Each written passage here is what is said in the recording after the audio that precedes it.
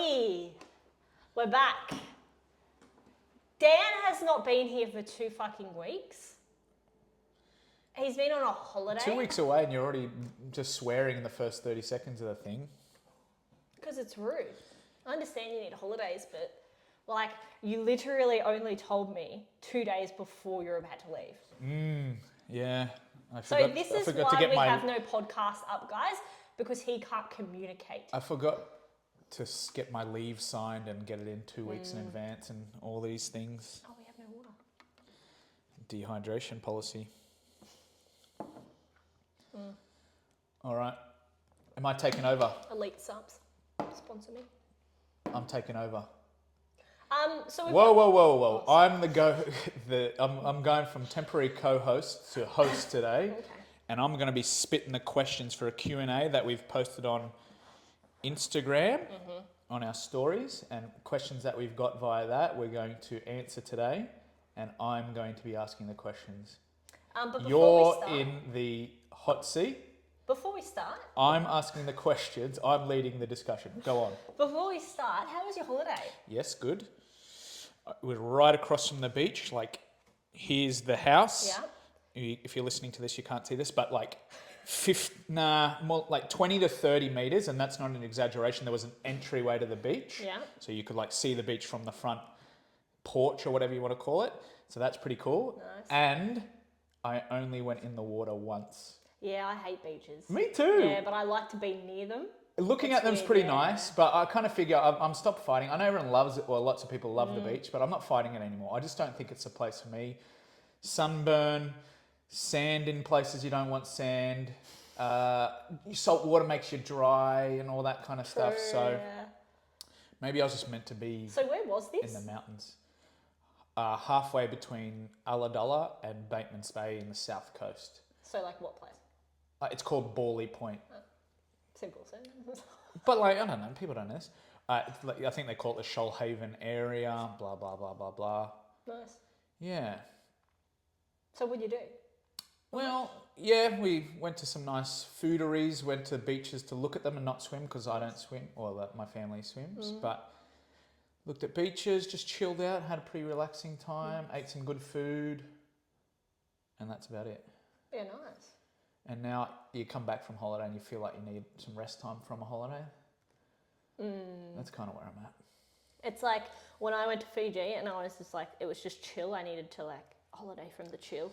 Yeah, it's a funny thing. After about 7 to 10 days, I've found, I want to get back to doing something. Like 7 to 10 days is kind of the limit before I get active again in my head, start thinking of ideas and stuff like that. So yeah, it's this was 2 weeks, but good 2 weeks though. good 2 weeks. Now you can't have a holiday for the next like year.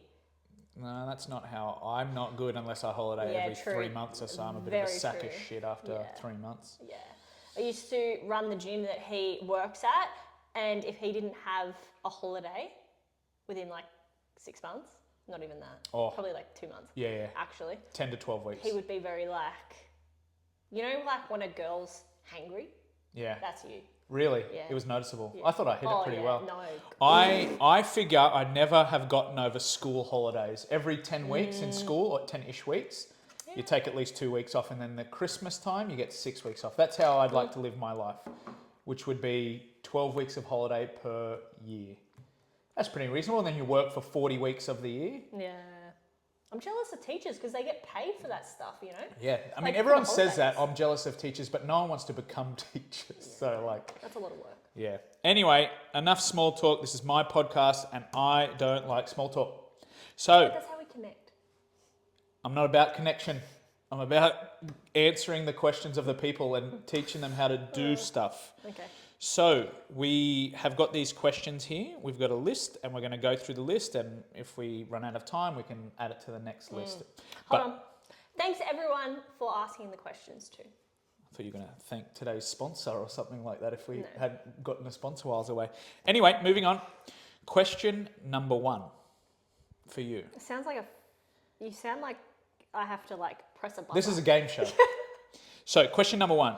Do you think it's better to focus on breaking a bad habit or building a new habit first? Ooh, that's a good one. I believe probably breaking. You need to build capacity in order to create a new one, meaning you might have to actually get rid of old ones that don't serve you in order to bring new ones to life or into your life, I reckon. So breaking an old one first, but it could go both ways. It just solely depends on your lifestyle and what your capacity is and all of the things. But I believe, breaking a bad habit first will most likely build capacity to create a new one, realistically. Thoughts?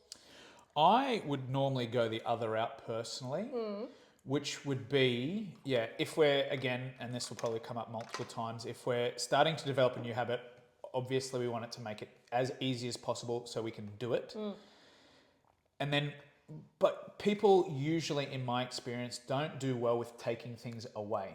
They need to be added back in. The term that I've come across over time is called counter condition. So people who take out cigarettes add in food sometimes and then put on weight. And that can be a common thing that people do.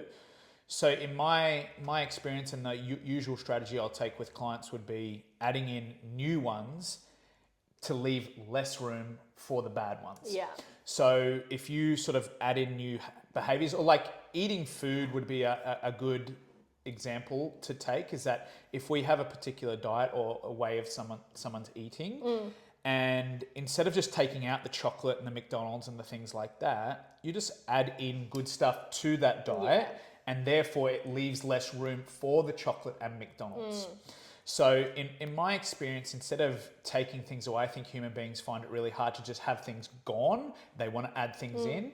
I would go, let's add small things in, small habits, small, a piece of fruit each day, some vegetables each day, and start to leave less room for the other stuff. Yeah. And kind of just helps you force the other stuff out. And in my experience, taking away some things is really hard. And when we're beginning out on particular things, the hard stuff is not really easy. So if we can make little wins by, like small things, drink 2 liters of water per day, eat a piece of fruit per day, then we can build some momentum to work on what I would think is the harder things, like taking away the McDonald's or the chocolate or whatever people's thing is, Yeah, I agree. So realistically, if you were to start to want to change your life or whatever you kind of want to do and you want to implement new habits and good things and all of the change in your life or whatever, you would have to identify what does not serve you, like meaning habits or behaviors that don't serve you. So when you identify them, like you just said, you implement a new habit to counteract that bad habit. So let's say you're sitting on the couch. It's a bad habit for you. You've identified that that's a bad habit. It's a behavior you don't want to continue into 2025 or whatever you want to do. You see that as a bad habit, and what we want to do to actually essentially get rid of or, eliminate that bad habit is, like you just said, counteract a new habit. But that stimulates the same reward system as that bad habit. So essentially, yes, you are getting rid of the bad habit. So this is just what I meant with I think it is, you need to identify and essentially get rid of the bad habit first before implementing, because essentially it's not going to work if you think, okay, that's a bad habit, that's gone. And you're not stimulating your brain or giving yourself a reward. You're going to fall back into those old habits or those old patterns or whatever you want to say. So you need to counteract it into, yes, it might still be a shit habit. Like I think we used an example in episode 3, I think it was. Man, we're smashing out these episodes. We're killing it. About a trigger for someone finishing work and they see McDonald's and they get McDonald's. That's a trigger, blah, blah, blah. The routine, get the Maccas. They get home, the reward is eating the Maccas. They get that reward of like, yes, this feels good, blah, blah, blah. All of the things. Where was I going with this? That's the question. That is the question. Always happens, man. I just lose train of thought as literally while I'm speaking about it. Yeah, that's a lie. Oh, so yeah, we spoke about like taking a different route, but maybe getting something else. Like, yes, it might still be takeaway, but it's just little steps, because that's the only way you're going to build habits or new behaviors, is little steps. You can't just go from Macca's to no Macca's, because you're not getting the reward system that you got from Macca's. And yes, Macca's, yeah, you got Macca's, and then going straight to a healthy meal sometimes works. Yes, sometimes. If you've identified and actually know that, like, you've got the identity and you've really scoped out the person that you want to become, and that may fulfill you and actually give you the same reward system.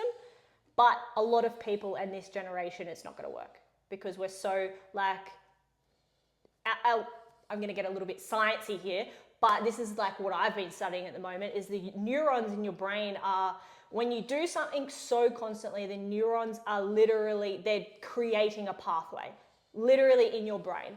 So that is why it's so hard to break patterns, habits, behaviors, because they are already in your brain, literally a pathway to that habit. So if you're not rewarding it to something else that could potentially give it the same stimulus as the old habit, it's not going to work. And then you break it down more. And by the end of 6 months, or whatever you want to say, however long, you're eating a healthy meal. Things like that. I like two things that pop to mind. Number one is a fresh idea, well, not a fresh idea, but to go back a couple of weeks ago. And number two is just to reiterate one thing that's already been discussed. One, which I think was really good, is identifying all the habits you do, e.g. a habit tracker in some capacity. Good habits, bad habits, or the term that you use, habits that serve you or don't serve you. And then being able to just check them all out, just like look at them, no judgment, this is what I'm doing, these are the ones that don't serve me, and these are the ones that do, and then identifying that at the beginning so you know all your quote unquote good and bad habits. Number two, just to reiterate what you said, is that counter conditioning idea. If we're taking something away, we want to give ourselves something that rewards us similarly so we can replace the habit. So you get a reward other than the chocolate, the food, whatever it might be. It doesn't have to be the same reward or even as powerful a reward, but just something that is rewarding to you. It could even be just like you really are encouraging towards yourself, like, I'm doing something that really serves me. I'm super proud of that. And like that feels good. And just like really lean into that reward for yourself, to condition yourself away from the other reward that you were getting, bad food, sitting on the couch, whatever it might be. Okay, that was good. That was good. We smashed that. Yeah. Anyway, question number two. As the host on the buzzer, you get a multiple choice. No multiple choices. When times get tough, stress from work, life, etc., I find it hard to stay on track with my goals or habits. What are some strategies for keeping on track? Or if you do go off track, how do you recommend to get back on course? So a bit of a lengthy question. So I guess I'll answer like the first bit, which is like the stress and... Yep, when times get tough, stress from work life, I find it hard to stay on track with my goals, habits. What are some strategies for keeping on track? What are some strategies? Yeah, so I suppose like with this question, to stay on track on like your bad days, when we are stressed or anything like that, we're in our emotions, right? And we tend to react off emotion. So let's say like yesterday, I had a long day and I was tired. And all I wanted to do when I got home was sit on the couch, and because that's my comfort, whatever. And couch to me means sleep in my head. So I'm like, oh, I could go for I could go for a nap or whatever. But that's me reacting off an emotion of I'm tired, I'm fatigued, I'm this, I've had a big day, blah, blah, blah, all of the things, right? So how I grounded myself and actually brought myself back to reality is I literally only a 10-minute walk just to ground myself, because that brings in the momentum to start going back to my goals or my habits or all of the things. So I suppose it just it just depends on your lifestyle and what your goals are and what your habits are and all of the things, and what you can implement into your life to bring yourself back and to ground yourself. Because regulation of emotion is crucial for habits, because, like when we are building habits or behaviors or all of the things, we tend to react off emotion. We've got this identity. Okay, this is, yeah, fuck yeah, like let's go, blah, blah, blah. That is an emotion tied to the identity. Therefore, we are going to do everything in our power to achieve that identity, meaning we are going to do the habits and the behaviors and all of the things, right? So actually understanding what's going to bring you back to the ground and actually back to reality. And these things could be going for a walk, sitting in silence, actually breathing. I do a lot of Wim Hof. Do you know Wim Hof? I used to do Wim Hof back in the day. I even went to a seminar with all really? the breathing in the Gold Coast. Yeah, so I did the. Was it good? It was good. It was very powerful. Oh. Yeah, it was powerful. Oh, that's good. I'll pick your brain later. Yeah.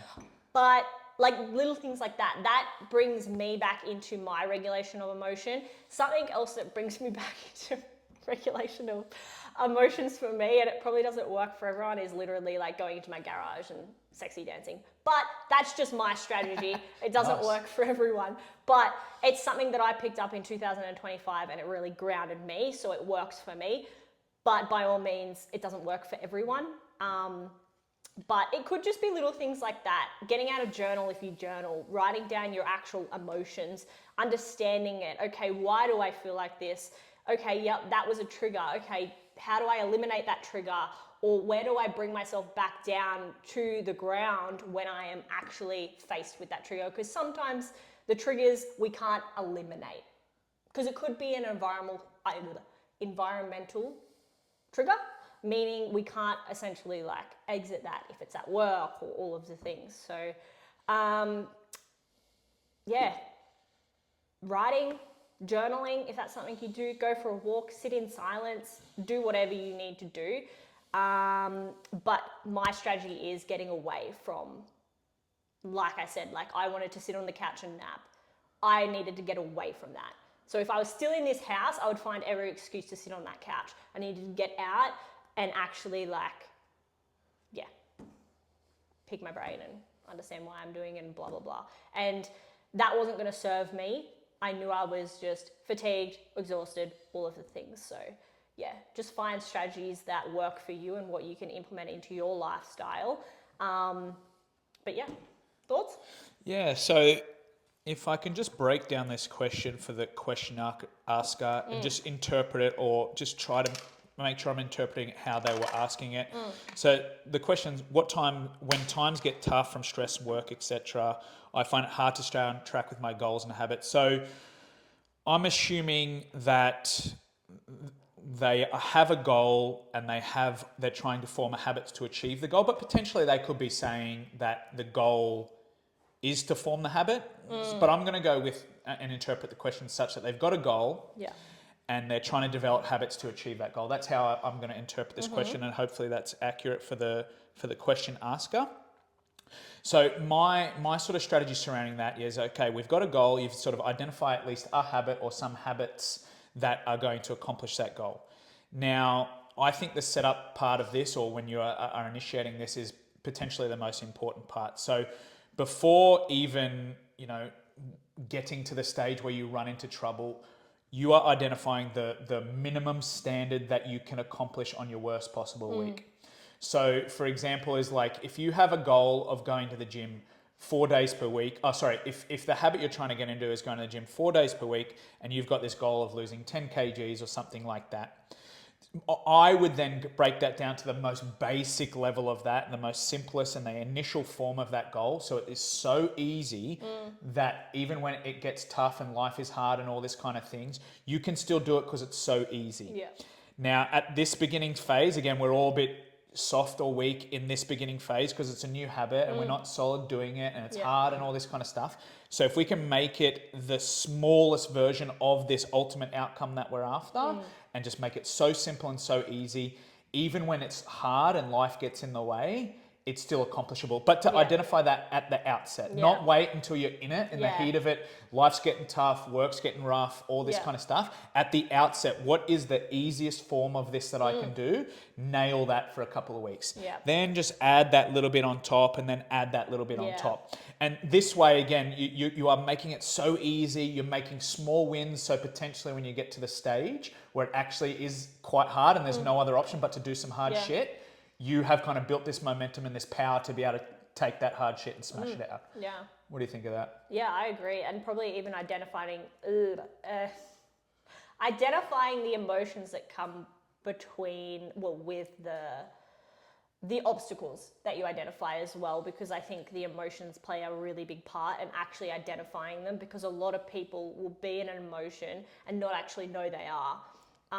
So then they'll sit on the couch, or they'll do the bad habit, or they'll do the thing. Like, I think being self-aware of what emotions could actually come from the bad days and identifying it when you're in it, and then having a strategy to do when you're in it or whatever. All right, you're happy I think with... that's good. Yeah, that is good. Yeah, if you don't identify all of the things, then when at the end of the day and you haven't done anything because you've been in the fields or it's been a shit day, you can go into like a shame spiral, I guess. And you can get that guilt of like, oh, I should have done better, I should have done this, blah, blah, blah. And then it could go down to like, you could plummet and be like, oh, well, I can't do this, I can't do that. And then the self-doubt comes and all of the things. So yeah, that's pretty powerful. All right, the back end of that question, so we've kind of discussed what are some strategies of keeping on track. If we fall off track or off course, how do you recommend getting back on course? That's the second part to that question. Yeah, so I'm going to assume like fully off course, like of habits and goals.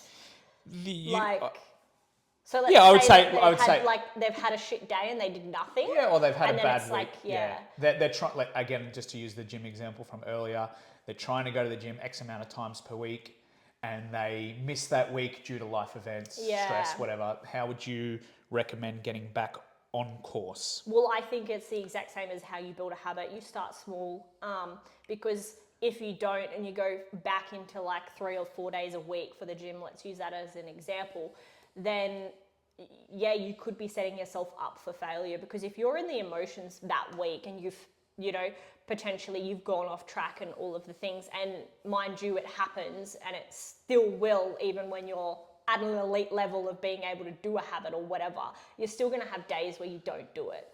I think you could still be, I suppose, fragile in a way to how you felt. You've felt the guilt, you've felt all of the things, you feel like you've failed or all of the things. So I think it's important to start small. So I would be aiming for like one day, even if that's 20 minutes, or even for some people, it could just be getting to the gym and that's it. Even if you don't feel like going into the gym, you got to the gym, drive away, whatever works for you, honestly. But starting small, but identifying as well, like getting a piece of paper out. Okay, what emotions did I feel? What happened? What were the things? And I think identifying all of that brings the guilt down of, it's okay, it happens, but what are we going to do next when this happens? Like, are we going to miss another 4 days of that week? Or how do we next time, if all of this happens again, or life happens or whatever, how am I going to make it to the gym once? Not even 4 times, just once. How am I going to do that? And that's just being 1% better, I think, in a situation like that. So that's nice. That's some of your best work ever. That's probably the Thanks. best thing you've done in your life. Thanks. That comment there. Are you sure? You say that a lot. That's because you're making gains all the time. I think you nailed that. I think, going back to that littlest form of the thing that you're trying to do and just re-nail that and build some momentum off of that. I think the other thing to kind of identify early on in the stage is that we are all going to fail and lose and, go off track, and to kind of give yourself a little bit of slack. Like, you are not going to be perfect. This obsession with perfection or not at all, which is like, I'm going to do my ultimate outcome 6 days of the week, blah, blah, blah, perfect eating, blah, blah, blah, or nothing at all. Just like, it doesn't have to be that way. Yeah. None of us are perfect. We all have imperfections and life gets in the way. Even, if we were professional athletes and it's the only thing that we had to do, we'd still stumble. Yeah. So to know that at the beginning, no one is perfect. You are going to fail at some stage. You're going to stuff up at some stage. Yeah. Just give yourself a break and then move on and get to the next kind of thing. What's the next little thing I can do? And to your point about spiraling, is like that negative self-talk or you giving yourself a hard time is not really going to serve anyone. And again, it could potentially lead to you just going completely missing. Yeah. You know what I mean? Question number 3. Well, the second question had a couple of sections. But anyway, question number 3. What are some of the little wins we can look for while we try to change a behavior? Well, this could be anything. I suppose you break down the behavior or the habit that you want to do. And so let's say you've got this habit of, I don't know, going to the gym three to 4 times a week. Let's make that an example. I would reward or celebrate a win. Wait, is it the question of like, what should I celebrate or like how? What are some of the little wins we can look for while we try to change a behavior? So it's like, what are the small wins, I guess? Yeah, that's how I interpret so it. I guess like the small wins could be you getting to the gym once that week, or getting to the gym twice that week, or 3 times or 4 times, or whatever the habit or the behavior that you want is. I would just be breaking it down. So, your habit is, or your behavior is, I want to go to the gym 4 times a week. Then I would be celebrating your nutrition, if you've got a nutrition goal, or all of the things connected to that. So it could literally be anything, really. I don't really know how to answer that question. Yeah, so That's a hard one. I think that the other question kind of bleeds into this one, and it's like, I think this question also leads us to the answer of the question, which is the little wins. Yeah. So you're trying to form that, like, you've got this ultimate outcome of being the person, you want the identity who goes to the gym 4 days per week, What's the, again, from the previous question, what's the base form of that? Like, is it like getting your gym gear on? Yeah. And then celebrating that and then kind of going, all right, that's a good start. Is it getting to the gym and you want to do resistance training, but you don't feel confident enough to do that yet, so you walk on the treadmill, get on the bike, etc. So bringing it down to the littlest version of what you're trying to accomplish. This is pretty much just reiterating the other question and kind of focusing on those as wins. And celebrating it. Like, it's, you might want, like, let's just think it's like a staircase that we're trying to go up. Like, why do people think they can jump to the top of the staircase? Like, it's a step by step. Yeah, maybe you could do 2 steps at a time, but no one can jump up a 20, well, might be proven wrong here, in the future, but no one can jump up a 20 staircase. So why are we trying to jump up like a habit formation or behavior change or a lifestyle formation kind of thing? Why not just take it step by step? Yeah. 1 step is pretty easy. 2 steps is a lot harder. 3 steps is even harder than that. Jumping 20 is nearly impossible. Yeah.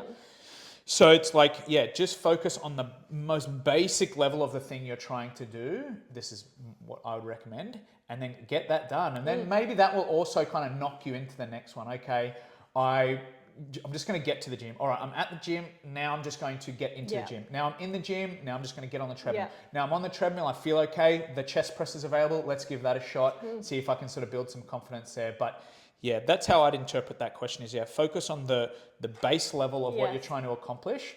Smash that out. Next week, try and smash out the next level potentially and just take it step by step. We want to go up 20 stairs. Yeah. Just do the first 1 or 2 or 3 and make it easy for yourself, and then go to 1, 2, 3, 4, and then 1, 2, 3, 4, 5, and so on until we're at the top and we're on Mount Kilimanjaro, Kathmandu. I don't know the mountains. Yeah, I've got nothing. Okay. But I agree. Like, anything that counteracts to the habit or the behavior is a win, really. Like, you wake up, that's a win. It's a win, yeah. Like, you're getting up in the morning, trying to go for a walk is one of your things. It's like, get up, put the shoes on. Yeah. If you kind of stumble after that, the next day, try and get up, put your shoes on, do what the next stage is, and so on and so forth. And break it down to each individual step, smash that step. The next day, smash that step again. When you feel like that's easy, go 2 steps. Yeah. You know, and when you feel like that's easy, go for a 1 minute walk. When you feel like that's easy, go for a 5 minute walk, and so on and so forth until we're on top of 20 steps. Mount Kilimanjaro Everest. Anyway, okay. You happy with what we've accomplished there in Yeah, that's good. our That's nice. answer of that question? Yep. Okay, question 4. What's your go-to tip for staying motivated when trying to change a habit? Would you like to lead this one? Oh, you've thrown that back on me. Okay, I've started all the other ones. I was just asking. Yeah, and that's how it should be because I'm the host today, as you know, okay. and as everyone else knows. Okay. So I think at the core of this question, it's assuming that, motivation is, to be fair, like motivation is necessary to do anything, right? I am thirsty. That is the motivator for going and getting a cup of water. So motivation is a thing. Some people, might go, oh, you can't rely on motivation. And ultimately, I do think that's true, but there needs to be a motivator at the start of everything. So I want to start to go to the gym 4 days per week. The motivator being I don't feel great about myself. I want to look better, feel better, all this kind of stuff. So there needs to be a motivator at the start. But again, to be completely honest, that motivation is going to be there and not there when things and challenges get in the way, going back a couple of questions. So to form a habit so solidly, we don't really want to have to rely on motivation. So to stay motivated for the habit, I think the question's it's a bit tough to answer because I don't think motivation is going to be the key area. I think we have to, again, form a really solid habit regardless of motivation. Yeah. And again, just coming off of what we've done before and the habit loop that we've discussed before, we would then go back and just try and form a habit so we don't have to rely on motivation. Yeah. But yeah, you do need that initial kind of like, why am I doing what I'm doing, to actually then go and do something about it, the motivator. But eventually we want to kind of kick the motivation to the side, or not even kick it to the side. It's not going to be there at some stage. Like who always wants to get up when it's dark outside if they have to do that to get their exercise in? Like that's brutal sometimes. So it's like, okay, eventually we just need to go back to form the habit.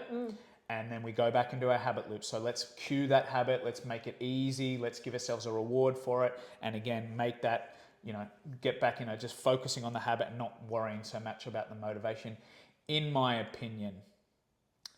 What do you say to that? Yep. I agree with all of that. I think, is the question like, what is the motivator to bring you back to the habit? What's your go-to tip for staying motivated when trying to change a habit?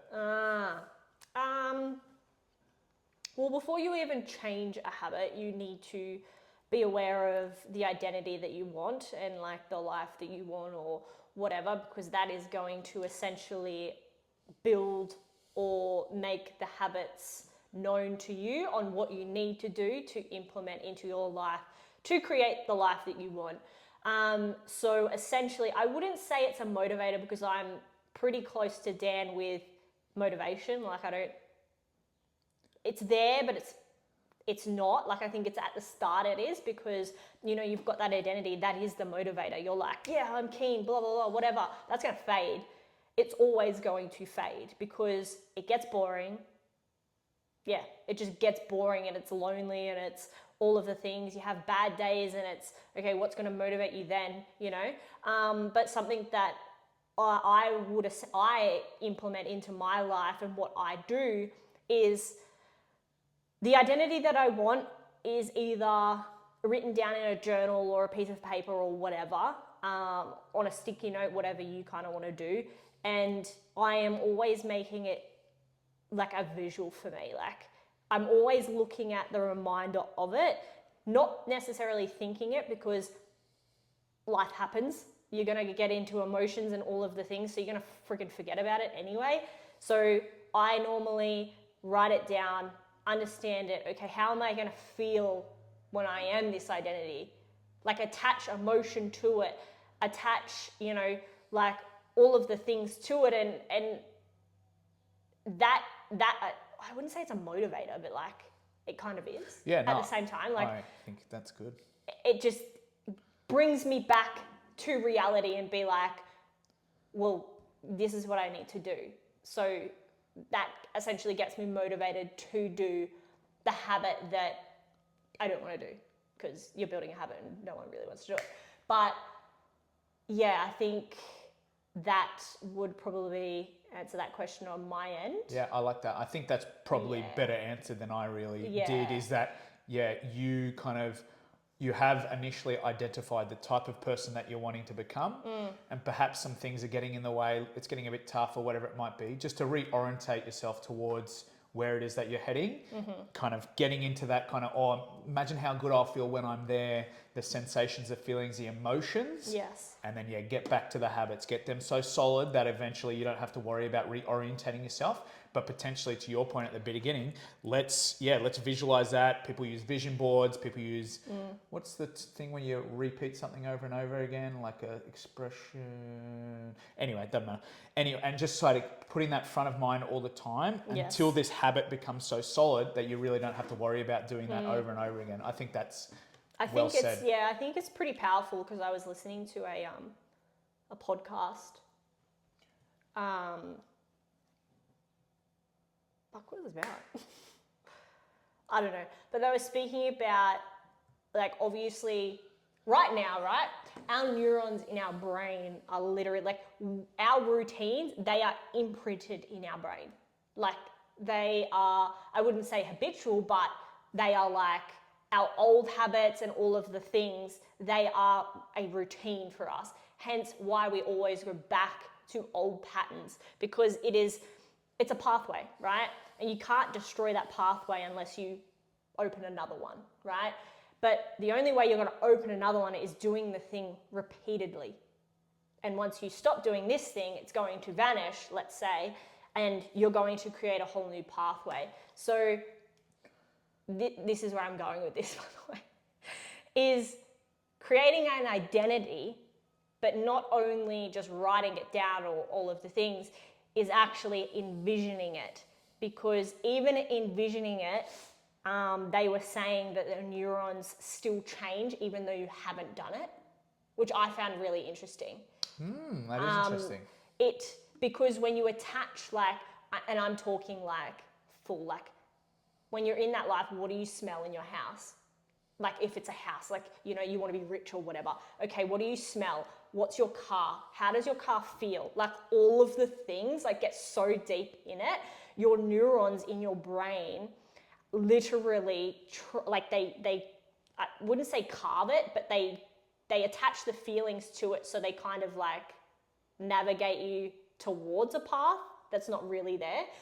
That's not how they explained it, but that's hectic. Yeah, that's really cool. Yeah. So they had heaps of science behind it, but I can't memorize it because I'm a person that needs to literally hear it 7 times before I can fucking take it in. Yeah. But that's what they were saying. So I was like, holy shit, yeah, that's pretty cool. That's a fun activity as well, not a very difficult thing. Imagine just sitting there and just imagining where you want to be and everything, and making that so real that, you start to create a pathway to that in your brain. That's pretty cool, because that's not super hard. It doesn't seem. It could be a fun activity as well. Like imagine, be creative. What do you want to feel? What do you want to see? What do you want to do? How does your day want to look? That's nice. Like, okay, you want to be happy, but like, what does happy look like to you?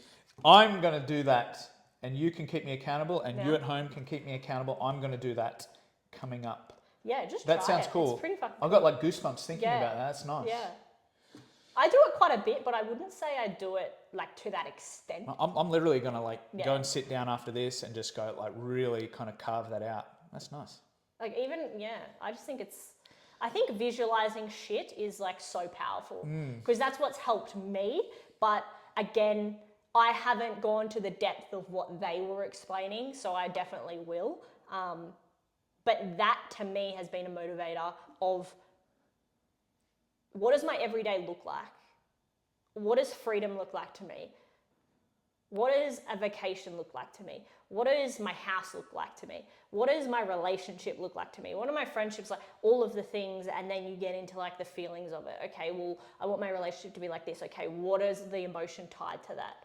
Like, I think, That's nice. Anyway. I reckon that's super powerful, and that's something that you've...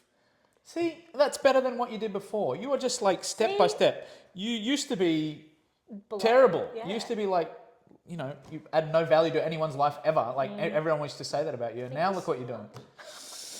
No, I think that's cool, and I think that does sort of segue into our next question. Yeah. But yeah, I think that's awesome. And I suppose, I'm not sure if this was brought up on where you came across this, but it would be the same as forming a actual behavioral habit, is that Yes. you'd have to do repetitions, right? And that segues into our next question. Man, I'm a good interviewer. Yeah, you are. Should I host this thing going Yeah. forward? Sure. We'll call it your thing. It's your name, but I think I should be I'm the gonna host make going like forward. the cover photo like Dan takes over. Okay, question number 5. We got 2 to go, so if you're playing along at home, hang in there. We're getting there, and there's still some good value to come. Do you think it takes 21 days to form a habit, or is that just a myth? Oh, yeah, I think it's a myth. Because, I haven't really I haven't really done any studies on this. No, I just don't believe it's true. no. I don't think, even just bringing science into it, I don't think your the neurons in your brain can form another path. Like a nerve, Yeah. I don't think that's possible. Because you would have to be no, I don't think it does. Yeah, so for the people listening along, there is a belief, rumor, myth Yeah. that it takes 21 days to form a habit. It's like a common thing people will say, oh, you want to form a habit? It takes 21 days to form that habit. Oh, really? That's what people say, yeah. Oh. You've not heard this? Oh, maybe I think I've probably ages ago, but I haven't heard it since. Yeah, it just like a... Why is it 21? No idea. I mean, that's 3 weeks. I don't know. But yeah, anyway, it being a common belief doesn't make it true. And however these things come to be a common knowledge or understanding for people is who knows. But yeah, I suppose without knowing the evidence, and maybe there is someone out there who will say, oh, you guys don't know. And then feel free to comment, because we're open to change. That's what, if there's good information out there and good 100%. research, we would like to see it. But yeah, I would say that firstly, that absolutely just can't be true for all people in all situations. Yeah. I can't imagine that being the case. Because we are all so different, anytime you say anything is 100% this way, or anytime someone says that about anything, you're almost guaranteed that they're talking a bit of shit. Because even in research, even if something it does lean towards a particular direction, it doesn't mean 100% of the time that was the case. So you've got 10 studies that are basically, they could be studying anything. Let's say, just so I can speak from some level of understanding, they're talking about how intense or how hard you need to train in the gym. And let's say on average, those studies say you need to train really hard. We look at that on average and we go, okay, within some of those individual studies, then there will be a couple where it had no effect, a couple where it was negative, and a couple or a few where it was positive. Yeah. And all sort of in different context. But on average, what that led to, or what that said, was that you need to train pretty hard, or the harder you train, should I say, the better your outcomes are going to be. So when anyone ever says something absolutely, I straight away recommend people just go hold the phone, show me some evidence, or piss off, because they are probably trying to sell you something. They're trying to get you to listen or watch or do something. So with that said, when anything is like that, it's 21 days, black and white. It's not 21 to 30. It's this is it. Yeah. Straight away, I would go, no, I can't see that being the case for all people in all situations. With that out of the way, I would say that, again, it's individual, and I can't imagine it being 21 days specifically. Yeah. I would say it's the amount of repetitions that you do of the thing. So let's say you're trying to go to the gym and you've been trying for 21 days, but you've been going 1 time per week for all that time. You've only done 3 reps of going to the gym. Yeah. Now, would a habit be formed of 3 reps, even though it's been 21 days? I would assume no. So yeah, whatever that repetition amount is, I can't imagine it being only 21 days worth, but you just got to put in the reps. You are wanting to walk every day and you do it every day for 21 days. Is that boom, it's a solid habit?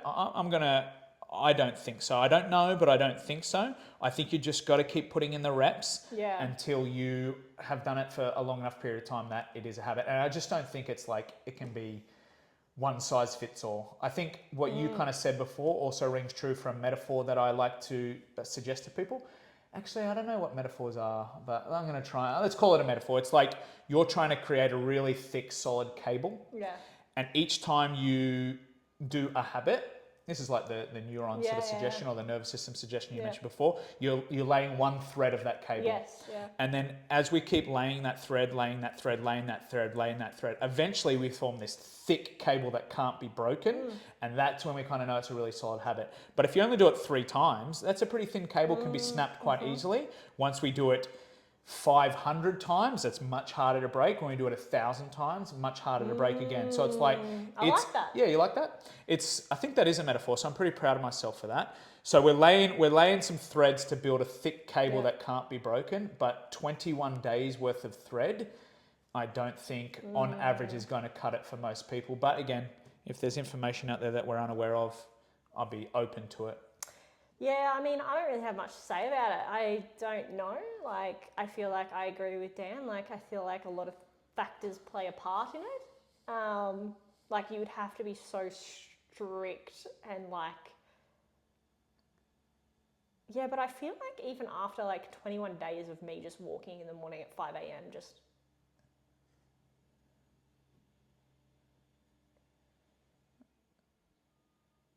Yeah, I don't know. I think it might be easier, but like... Yeah, but like yourself, like you still don't want to get up. You're still going to cark it when emotion gets brought up or you're tired or like, I don't think...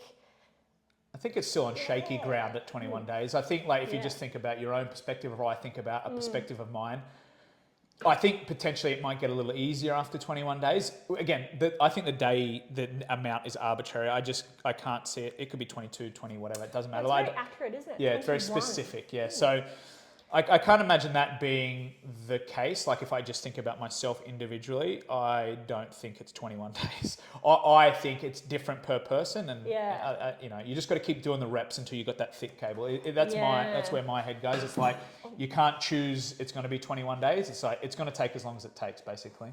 Pretty much. So yeah, guys, we have no clue. So sorry about that. All the best with that one. All right, final question. You ready for this? Yeah. This is going to be sad. This has been a good episode. It has been, eh? Yeah, I think there's a lot of value here. So let's wrap it up with, now keep yourself in check here because you tend to go on. Yeah, okay. So you get 1 point here. Yeah. You cannot expand. You cannot go into point 1 / no, you can, but not onto point 2. You get one thing, one. Right. If you could give someone one piece of advice about forming new habits, what would it be?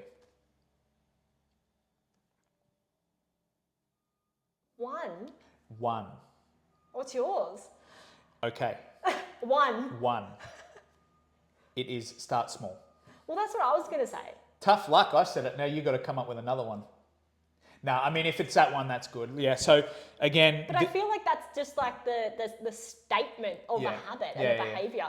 You need to start small. Yeah, I think if we both feel that way, it's done. It's concluded. That must be it. No, I'm kidding. That's just our opinions. We don't even need to get into that because we already have. Yeah. Like... It's the same that goes for the habit that I've brought up on the podcast before of trying to weed my garden. I didn't say I'm going to pull 50 weeds per day. Yeah. I said I'm going to pull 1 weed per day.